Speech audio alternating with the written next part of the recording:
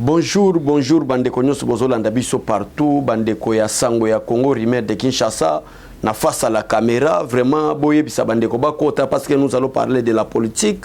Donc nous la politique est comme lengi après retour à président de la République na ville à Kinshasa, oyo auti voyage à monene à conseil à sécurité, oyo auti voyage à monene na est à pays pour na makambo etali sécurité ya peuple congolais au banyo comme itamulai kuna. Après retour na mbala moko lobby États-Unis conseil à sécurité ba siéger pour na kolobaka makambo ya paix pour l'est du pays et ensuite toya kolobe la point de presse ya Martin Fayulu oyo ba incohérence zebele manque ya maturité zepele de ngwana tina peuple congolais ba loba mingi zate yebisa bandeko bakota abesho le face à la caméra pour répondre Martin Fayulu na point de presse ya manque à maturité na point de presse ya méconnaissance ya République démocratique du Congo na point de presse ya buzoba ya manka mayele ya manka sagesse nde tozo répondre de Martin Fayulu. Vraiment merci beaucoup na ba soutien na bino peuple congolais bandeko balinga biso mingi bandeko basepela biso mingi. Vraiment merci une fois de plus ba soutien na bino ekoleka inapercité. Voilà tokota na sujet na biso parce que bozoyeba biso na kati ya sangwa Congo le temps c'est le temps pour na kosolola moi moke na peuple na biso na bandeko balinga biso na bandeko basepela na biso bayeba situation nini ezoleka na République démocratique du Congo. Merci beaucoup une fois de plus. Félix Tshisekedi se déplace à Kena Goma, tout ça la émission, plusieurs émissions, il y a même un titre là, bandeko na biso à Sangwa Congo baloba ki les 3 missions du chef de l'État na niveau à Goma. Na lobela ki yango déjà belé wana peuple o balanda biso baza déjà au courant. Pourquoi président Félix Tshisekedi akendaki na Goma, akena Sake, déjà na saleli yango be mission na lobebele. Mais après retour ya président de la République na ville à Kinshasa avant-hier, solution bandi komona na parce que na discours à président de la République alobaka clair, dans 2 semaines nous allons doter nos forces armées na ba munitions modernes, na ba armes modernes pour qu'il y ait définitivement la paix à l'est du pays. Et ça qui ba propos ya président de la République na niveau est à pays. Mais bon, la médiocre politicien, il y a Martin Fayulu, bah point de presse à la salle.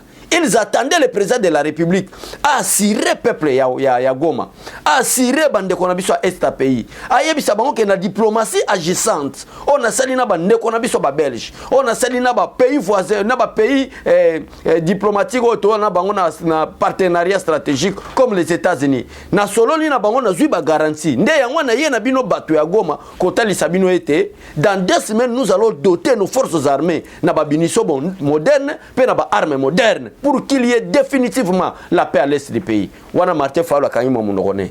Fayulu. D'abord, nous avons bilongi oyo et accompagner Martin Fayulu. Nous avons été longi un politicien. Otali lisanga bonganga. Ça ce n'est pas un homme politique mais il peut faire la comédie. Otali l'existe légal. Ça ce n'est pas un politicien qui est la rap. Donc je ne comprends pas tout autour de Martin Fayulu. Il n'y a pas de juriste ou il n'y a pas de politicien.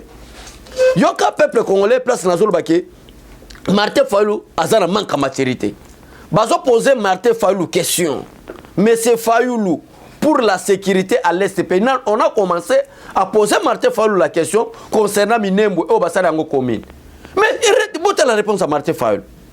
Martin Fayulu a parvenu qu'on réponde au peuple congolais que Zali il faut qu'on boucle à Dio. Kobuka Dio ezali entre Kabila et Félix Tshisekedi. Dio ni neza entre Kabila et Félix Tshisekedi. Peuple congolais. Il n'y a pas de Dio. Chers Congolais partout moi je ne comprends plus. Bato balandaka Martin Fayulu est-ce que baza ba politicien? Est-ce que baza na conscience? Est-ce que na comprendre un homme sérieux qui a tous les sens. À côté là vraiment Martin Fayulu ça ne peut pas être un modèle politique.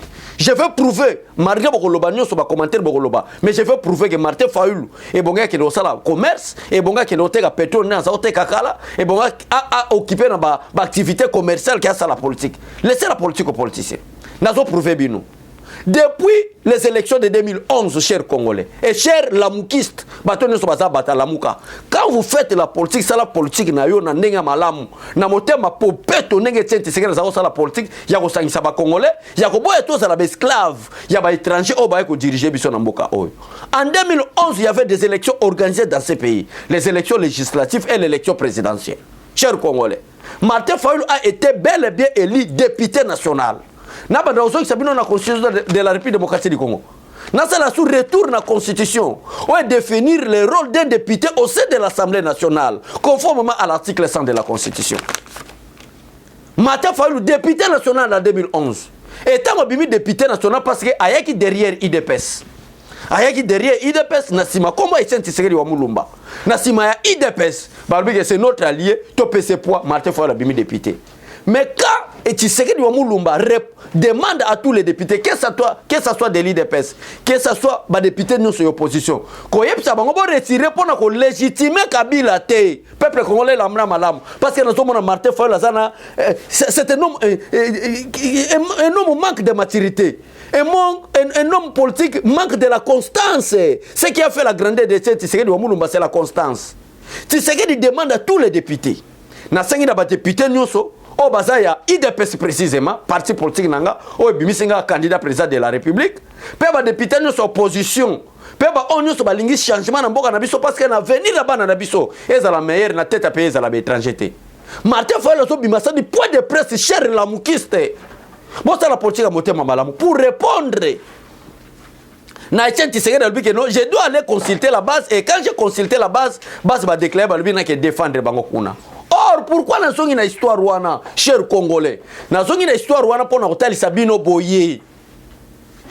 Degré, Matata Ponyo abimisi degré ya kosala minembwe commune. C'était depuis 2013. L'année histoire en Boko Malam. Depuis un certain novembre 2013. Décret, il y a primature Bimi, à l'époque qui était premier ministre, c'est Matata Ponyo. Et quel rôle Martin Fayulu jouait à l'époque? Député national qui est défini à l'article 100 de la Constitution de contrôler les membres du gouvernement. Et il y a un plein pouvoir constitutionnel qu'on a donné aux députés, même d'interpeller un ministre Obama Sali Malamouté. Et à l'époque, quand Matata Ponyo, cher Congolais, a bimi si degré on a kosala, minimum comme commune, le ministre de l'Intérieur était Richard Mangenz Mouyez, le gouverneur na Lualaba. Cher Congolais, c'est Richard à l'époque, Richard Mangenz, à l'époque ministre de l'Intérieur. Pourquoi nous avons une histoire? Martin Fayulu, les peuples congolais ne sont pas des idiots. Fayulu, les peuples congolais ne sont pas des imbéciles comme tu en penses. Yo moko s'est trompé, le peuple congolais. T'as la point de presse nous salitaire en ébat, fingio, manque à maturité, manque à constance, manque à sérieux, manque à koyeba mboka. 2013 wana, c'est déjà Martin Fayulu député national. Lelo ponga na ye lelo nazo taliso Martin Fayulu ke yo ebongyo ke sala bilanga soki na Sénégal ou soit soki na musala no pétrole na Sénégal ke koya ko ambrier peuple congolais na momoto na posa cohésion nationale que ko kosa peuple congolais na momoto na posa la l'union fait la photo sangana parce que notre pays a été infiltré précisément entre Afdel. Il y a là où on a reçu même des étrangers, des chefs d'état-major général, des FARDC, à la personne de James Kabarebe, Oyo Batinga Biso, major, capitaine, lieutenant, colonel, na est pays uniquement pour balkaniser la République démocratique du Congo. Alors, qu'est-ce qui s'est passé? Martin Fayulu, député national, et Matata Ponyo, a bimisi degré. Pour le Rossala Minembwe commune. Et à l'époque, c'est le ministre de l'Intérieur, décentralisation, na affaires coutumières, na territoriales, et Zalaki n'a pas qu'un ministère intérieur. Qui était le ministre de l'Intérieur à l'époque? C'est Richard Mangenz Mouyez. Et qui était Martin Fayulu à l'époque, député national, l'article 100 de la Constitution, et puis s'il y a plein pouvoir, il y a qu'on contrôler les membres du gouvernement. S'il y a un problème, il y a qu'on interpeller. Si le problème est grave, il y a même une motion de défiance contre un membre du gouvernement, en commençant même du Premier ministre. Martin Fayulu, tu étais incapable de ça. Mais c'est Fayulu, tu étais incapable de ça. Les lots, tu n'es rien. Un opposant créé de toutes pièces, un opposant aventuré, j'assume bien mes mots, dès qu'un homme fait la politique, mais il ne se base pas aux principes établis par les législateurs, il ne démontre, il ne prouve pas le peuple congolais. Quel est l'objectif de sa lutte? Moutabongo n'a bien qu'à aventuré. Et Martin Fayulu, je confirme qu'il est un aventurier, allez s'occuper de vos frères. Peuple congolais, Martin Fayulu a interpellé ni ministre de l'Intérieur, ni premier ministre. À l'époque, Matata Ponyo, Oyo a créé ka. Oyo abimisaka degré ko sala Minembwe commune. Oyo ministre intérieur à l'époque Richard Mangej Mouej akenda ko bimisa arrêté ministériel en tant que patron territorial pour pas confirmer Minembwe comme commune. Et à l'époque Fayoulou, le député national, il n'a jamais interpellé ni le premier ministre, moi encore le ministre de l'Intérieur pour éclaircir le peuple congolais. Quelles sont vos intentions maintenant? Il y a commune. Le long Martin Fayoulou l'ennemi Félix Tshisekedi. Comme si vous avez un niveau social moko. Comme si vous avez une famille moko. T'as la question à péter. T'as la question à péter, peuple congolais.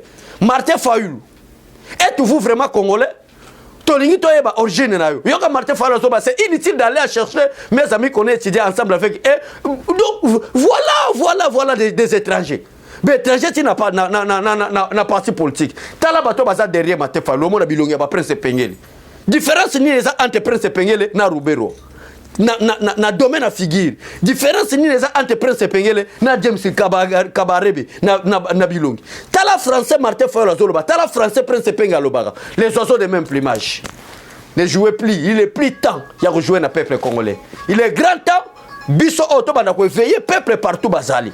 Donc peuple congolais, les lots dans le monde entier, même la communauté internationale, il faut comprendre vraiment qu'au Congo, il n'y a plus l'opposition. Martin Fayoulou c'était un aventuré, Oyo, et Sengela qui doit s'occuper de la politique, qui doit s'occuper de la c'est ça le grand problème. Il y a ici peuple congolais. Il y a ici explication au peuple congolais. Que le peuple congolais, bozala angele. Donc les lots n'ont confirmé que ce qui les lots oyo mutu, n'ont comment les lots que non mutu azola na Martin Fayoulou, c'est manque à maturité, c'est manque ya moussala, c'est manque ya intelligence parce que un homme qui a tous les sens ne peut jamais aucun cas qu'on supporte mutu lokola Martin Fayoulou. Donc Martin Fayoulou faites attention, ya ngolo zomona. Bozo banga recensement pour nani.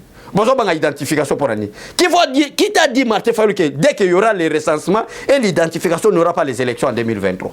Qui t'a dit cela? Bozo banga parce que vous êtes des étrangers. Oh boye ko infiltrer le peuple congolais, na resemer division, na resemer tribalisme. Nous sommes là. Mission Zamba Ponel Bisso. Toza wana pona ko éveiller peuple congolais contre les anti-valeurs. Le coup là tous les leaders à la Mouka. Ce sont des anti-valeurs. Des Adolphe Muzitu, des Martin Fayoulou, des Pengela, de tout le monde là. Ce sont une association des anti-valeurs. Et nous sommes là pour nous dénoncer tous les anti-valeurs. Voilà, peuple congolais. Wanezaki dossier pour nous Martin Fayoulou qui doit faire beaucoup attention na ba propos à Kolobaya manque à constance. Wanezaki premier dossier na biso. Deuxième dossier na biso et l'autre zo sala Martin Fayoulou passi. Et l'autre zo sala Martin Fayoulou passi peuple congolais. Conseil de sécurité où tu osale malobi. Total ananu journal ya Colette Brackman autres quelques locaux awa. Qu'est-ce que le conseil de sécurité va décider? Pour la République démocratique du Congo, après retour, il y a président Félix Tshisekedi, na Goma, oya wuchi kwa assurer le peuple congolais que dans 2 semaines, nous allons doter nos militaires des équipements modernes, des munitions modernes pour qu'il y ait réellement la paix définitive à l'est du pays. Martin Fayoulou. Yo Fayoulou parvenir si j'avais l'effectivité du pouvoir, j'allais terminer la guerre à l'est du pays. Tantôt je suis président, tantôt si j'avais l'effectivité du pouvoir. Ça c'est quel manque à constance Fayoulou. Donc aujourd'hui tu me prouves que tu étais infiltré dans le rassemblement. Donc nako zoata mbele ya otanga communauté parce que tout la muka mutonyo sozolanda Martin Fayoulou. Je confirme. Nous sommes là pour réveiller le peuple congolais. Toute personne qui est derrière Fayoulou, na politique au Fayoulou Azosala, na point de presse, il y a manque, il y a maturité, il y a manque d'intelligence. Au Fayoulou Azosala, toute personne qui est derrière lui, soit inconsciente, c'est que c'est un idiot. Parce qu'un homme qui a comme tous les sens, comme moi tel que je suis là, en écoutant les propos de Martin Fayoulou, personne ne peut être derrière Fayoulou. Fayoulou est là pour embrayer le peuple congolais. Fayoulou est là pour parler de n'importe quoi. Il profite de la liberté de l'expression. Il profite de la démocratie. Il profite d'un homme qui est démocrate à la tête du pays pour parler n'importe quoi. Nous sommes là pour répondre coup sur coup à tous ces politiciens ou toutes ces personnes qui sont contre la vision qui a faire développer la République démocratique du Congo. Quel est leur problème maintenant? Le vrai problème, et ça n'a Bormoko, Colette journal le soir ya Belgique ya Colette Brackman oya uti ko komana linga tangela peuple congolais en direct des conseils de sécurité des Nations Unies à New York. Alors que son excellence Félix Tshisekedi annonce son installation à Goma, les ISA annoncent à leur tour leur déploiement dans l'est de la République démocratique du Congo. C'est avec le déploiement de 3 nouvelles forces de réaction rapide composées notamment de 10 000 militaires américains que Washington vient de renforcer pour la paix à l'est de la République démocratique du Congo. Voilà! C'est ça leur problème. Et ils ne croyaient pas qu'un jour, il y aura la paix à l'est du pays. Parce que l'Est du pays, peuple congolais, je vous dis ici, a été déjà balkanisé depuis l'entrée de l'AFDEL de 17 mai 1997. AFDEL à Yawa, avec appui à Rwandais, avec appui à Ougandais, avec appui à Bangolais. AFDEL à Yawa. Bangolais, Bamoni que mission qui n'a pas soutenir le peuple congolais. Babani Gozonga na Bamboka na Bango, Baougandais, Babani Gozonga. Mais du fait que Paul Kagame l'intelligence na yé, na sagesse na yé, na ruse o Azalaki nango, Azalaki na mission qui est un militaire rwandais. Soutenir Laurent Désiré Kabila pour chasser la dictature de Mobutu et ça qui pour bakanzer la République démocratique du Congo. Ba imposa bisoawa chef d'état-major rwandais, ministre de nani le généraux nyonso, par exemple chef d'état-major à l'époque James Kabarebe, rwandais. Chef d'état-major na 97 ans Laurent Désiré Kabila, rwandais. Aujourd'hui chef d'état-major ya force terrestre Joseph Kabila. Azaki général-major à l'époque, chef d'état-major et à force terrestre. Bazui parti au bazalaki ko kana, bazalaki ko luka, ba balkaniza ngo ba komisango na Rwanda o ba benga minembwe, bazui ba colonel, ba commandant ba bataillon, ba commissaire général provincial à la police, ba commandant à forces armées na deux provinces tout, le sud Kivu et le nord Kivu. Ba tiango ba Rwandais, bazui kaka bango moko régime ya AFDEL ya Joseph Kabila. Bazui bango moko ba bandi ko financer les sous en attendant. Bato ba membre de sécurité na est pays, ce sont des Rwandais, ba frère na bango. Ba bandi ko sou moko bazo financer ba groupe pour les armées na est pays pour ba déstabiliser ango avec mission ba boma batu, ba détruire parti wana batu ba kima, ba poussa na kota ba Kisangani, ba poussa na kota ba Kindu, ba tika parti wana vide. Pour te ba kende ko so bande ko na bango, ba tuchi ba Banyamulenge ba ya ko installer. Tango ba ko installer wana, ba sa la déclaration que nous sommes une grande communauté congolaise. Oyo to sengi indépendance à partir de people ba annexé en Rwanda ou soit basalango une autre république au bakoki ko benga c'est la révélation la république du volcan. C'était ça leur programme. Né on a baso qui pas qui na sécurité peuple congolais. Et ils pensaient que même s'il y a des élections, on proclame le fils de Sphinx délimité Etienne Tshisekedi Mulumba président de la République, mais du fait que sécurité Mobimba ils ont déjà infiltré Kuna alors to balkaniser la République démocratique du Congo. Ils sont maintenant surpris que les États-Unis vont déployer 10 000 hommes, des commandos et des parachutistes bien formés avec des matériels et des logistiques modernes pour qu'il y ait définitivement la paix à l'est du pays. C'est comédien politicien à Martin Fayulu, les États-Unis ont décidé maintenant de renforcer. Mais qui a fait cette diplomatie-là? Cette diplomatie agissante-là, c'est pour qui? C'est Félix Tshisekedi dans le déplacement, tant que Belgique. Aimons le pays, aimons-nous vivants. Botika politique au la politique il y a gloutonnerie, c'est-à-dire politique au sol kakara au lia au la constipation politique cher Fayulu. Pour le politique il y a gloutonnerie ne paye pas. Politique il y a ventrologie ne paye pas. Nyon sur tout ce que l'homme touche ou un homme mange et quelques heures après il s'engage au évacuer pour qu'il y ait la paix, pour qu'il y ait de la Babylone moi mabe comme l'autre na kachanzot. Mais tant que ça la politique il y a gloutonnerie Fayulu. On va avancer. On tika la kagana. Un, misuisa eko bimano nelongi, moi yo avancer zate. Regardez maintenant. 10 000 hommes, ont travaillé dans 3 forces de réaction rapide composées avec 10 000 hommes américains. À cause de la diplomatie, le président Félix Tshisekedi Abimagi na Belgique, on est poussé à Kende Rwanda. Na ke de Goma plutôt era comme Goma mbalamoko ba pays voisin baza tremblé parce que baza pena ba service à renseignement baza pena ba ambassadeur ba yebi makambo ezoleka na conseil à sécurité tant conseil à sécurité ba saliwana 10 000 hommes bazo kalaté na force d'intervention rapide oyo depuis Joseph Kabila baza ko lobake force d'intervention rapide ko ya pona ko sala musala kuna bazo kita donc bazo kita lelo nde yango zo mone pesi bango vertige les États-Unis ba komi ko luka ba sala la paix. Puis on va le régime Félix Tshisekedi parce que accepter effort mundinga azo sala pour être un jeune zamba pambole. C'est à cause de la diplomatie à président Félix Tshisekedi nde yangwana bazoya. Voilà peuple congolais. Voilà quelques lignes. Bakamutoza ki yango ya kosolola na bino mamu masobele ndenge ndeko nanga miyaka loba. Ndenge na discours ya président Félix Tshisekedi mo alobi alobi 2 semaines. Tala yo depuis président de la République à Longwe Goma, nous n'avons que 3 jours passés. Tala lelo ba réaction dans monde. Tala lelo yo ndenge ba militaire ba parachutiste ba kokita. Il y aura la paix, il y aura le social, ba kolia na mboka oyo, gratuité et enseignement et ko continuer et le moko ko empêcher zaté. Moi d'ailleurs, moi j'ai pensé quand Martin Fayulu ko sala point de presse peuple congolais. Moi j'ai pensé que Martin Fayulu ko attaquer par exemple en Bongo ndenge zo mema discrimination na kati ya église na domaine ya enseignement. O balingi ba déclaration ko sala que enseignant nyonso a kozala na église que mutu asamba na catholique. Moi j'ai pensé que Martin Fayulu na rôle d'opposition à côté les mawana mais tellement à côté. Aza contre kaka makambo za malamu pona mboka. Ya linga makambo be sala. Lelo o Martin Fayulu to détailler. Oza ndingari. Oza vraiment vrai ndingari wa congolais te. Na français na on observe vraiment français Martin Fayulu. La landi ba question na ninga zo répondre. Les Congolais ne parlent pas comme ça. C'est un étranger ce type. C'est un ndingari bato ba yaki ba sénégalais o ba yaki ko luka ko teka na ba marché central ya kindaki na ngamba pétrole lelo du fait que Congo ezaki na mboka bulu yeke un homme akocha ordre zala kité ba profiter ba tuna bango pe de nationalité congolaise kana ba loyenge mais tokozonga sima makamwa to orienter ngo. Merci vraiment cher Congolais na confiance bo pesa kabiso.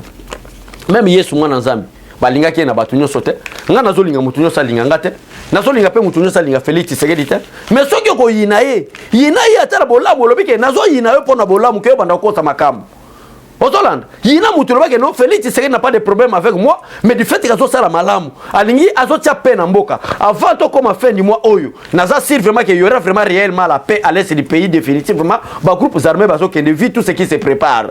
Lobake lokola linga chape yango nazo yinaye ke obanda oyina mutu pona haine ça ne paye pas. Voilà peuple congolais dans quelques lits makamto ya ko sala po to répondre bino boyeba actualité ndenge ni nezo lega na mboka na biso.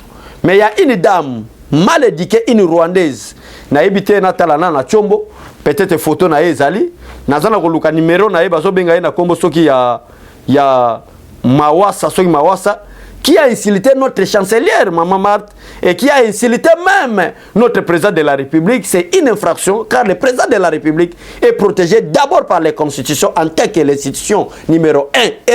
Et cette institution est protégée par la constitution. Moutumo rwandaise mo boite place azo fanda toye bate, batindela kinga photo na yawa, to luka totala na téléphone na mona photo na e, po na bimisana kombo na e to yeba mona mwasi wana zanani, po na zana ko luka batu ba sunganga ba bimisela biso numéro na e. To luka nanu ndenge nini to ko attaquer to luka ye nanu to luka nanu mutu ango photo ango batindeli biso awa na bandeko na biso États-Unis. Merci vraiment na bandeko balanda ka biso bayokaka vraiment to luka to yeba ye po mona ye. Voilà to moni photo na ye cette dame là na moni bazo benga ye na kombo ya Nyamuoj Mashawa Katabana une sujet rwandaise on a habité à Zofanda ceux qui sont aux États-Unis, ceux qui sont banda mboka, qui insultent, ce sont vraiment des insultes. Où sont des femmes? Oh, bazala soba monika ba attaquer quelqu'un qui a d'abord une nationalité douteuse, ba femme ba bimi nous sommes des mamans du FCC. Voilà. Cette dame, moi je peux l'appeler cette imbécile ya dame. Oh, a fingel biso président de la République. Oh, a fingel biso Maman Marthe. Où sont les femmes? Oh, bazaka, nous sommes Alexis, derrière Alexis Tamwe Mama, pour na makamu bijou go ya sali. Faites des déclarations. Parce que quand bino bata FCC, bobanga ko benga Félix Tshisekedi bobenga Félix Tshilombo. Pour na kolongo la kombo Etienne Tshisekedi. Parce que boyebi, quel est l'impact le nom du Tshisekedi a dans ce pays? Le père de la démocratie. Moi si moi rwandaise a telema pour banda ofike la biso Maman Marthe, oh Maman Marthe boye na boy na répéter le kwana. Voilà, ba bengé na kombo peuple congolais na kombo ya Nyamuoj Mashawa Katabana. Tozo lukayo. Toko yebi soke biso toza makasi na information. Rwandaise moko boye oya koloba n'importe quoi. Nos frères des États-Unis, nos frères de l'Europe. Na ebite soki ngoko mona ndeko nanga soki kozwa ngo na nini obenda zoom tale longine yango wana bozo mona batindeli biso ye to benda ngo makasi tala ye wana botala mwana mwasi oyo tala elongi oyo. Est-ce que essaie elongi vraiment mwana mwasi ko insulter le biso? Tala elongi oyo. Ye wana photo no toko luka yo. Bozo ba image oyo, bo publier. To luka mwana mwasi o malamu. To yeba et je crois ndeko na Arnaud Dobendi yango bien. Toko luka yo. Rwandaise moko boy. Donc peuple congolais partout dans le monde, ayez vos apaisements. Il y a de bonnes choses qui arrivent dans quelques jours à travers Félix Tshisekedi. Bolanda, moi batami ya bikuse ote, na boy na tanga eba faux ba journaliste qui parle de n'importe quoi, o bazana connaissance, il y a histoire mboka te, bo bazolanda, ene na bango ya Martin Fayulu. Tous unis derrière le président de la République pour être mboka na biso ekende malam. Voici en quelques lignes ce que vous devez retenir, c'est quoi? J'ai parlé seulement que de deux choses et attaquer cet imbécile, moi qui a parlé de n'importe quoi. Parce qu'il faut être une idiote comme cette femme ou une imbécile comme cette femme pour parler de n'importe quoi ou des choses que tu ne maîtrises pas. Mais le vrai problème, c'est que Martin Fayulu ne maîtrise pas la République.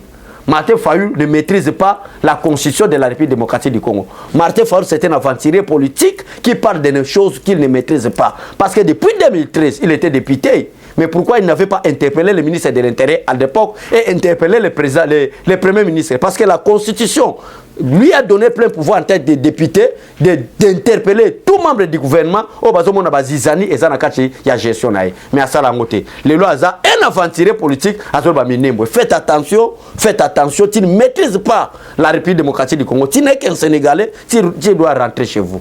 Voilà. Merci beaucoup, chers Congolais. Pour la bande de réunion, sur ma sa confiance. Botiga la mala, Mouzamba Lola, Apambola Bino. Au revoir. Que Dieu bénisse la République démocratique du Congo. Que Dieu bénisse le peuple congolais. Au revoir, bye bye. Que la paix soit établie dans quelques semaines à l'est de la République démocratique du Congo. Merci beaucoup. Eshima, votre magazine qui bat au rythme de l'actualité. Retrouvez la nouvelle édition. Exclusivité, Janine Mabunda Lyoko, femme d'exception. Première femme congolaise à accéder par vote à cette citadelle imprégnable. Depuis la démocratisation de la RDC, avec l'organisation des élections générales, aucune femme n'avait occupé un poste de si haut niveau. Plusieurs fois diplômée des grandes universités, élue 2 fois députée nationale, celle qui détient la police de débat à l'Assemblée nationale ne fait pas dans la demi-mesure. Janine Mabunda, un bilan élogieux et des résultats probants. Plus d'1 an après son élection historique, Eshima Magazine revient sur les bilans de la présidente de la Chambre basse du Parlement congolais.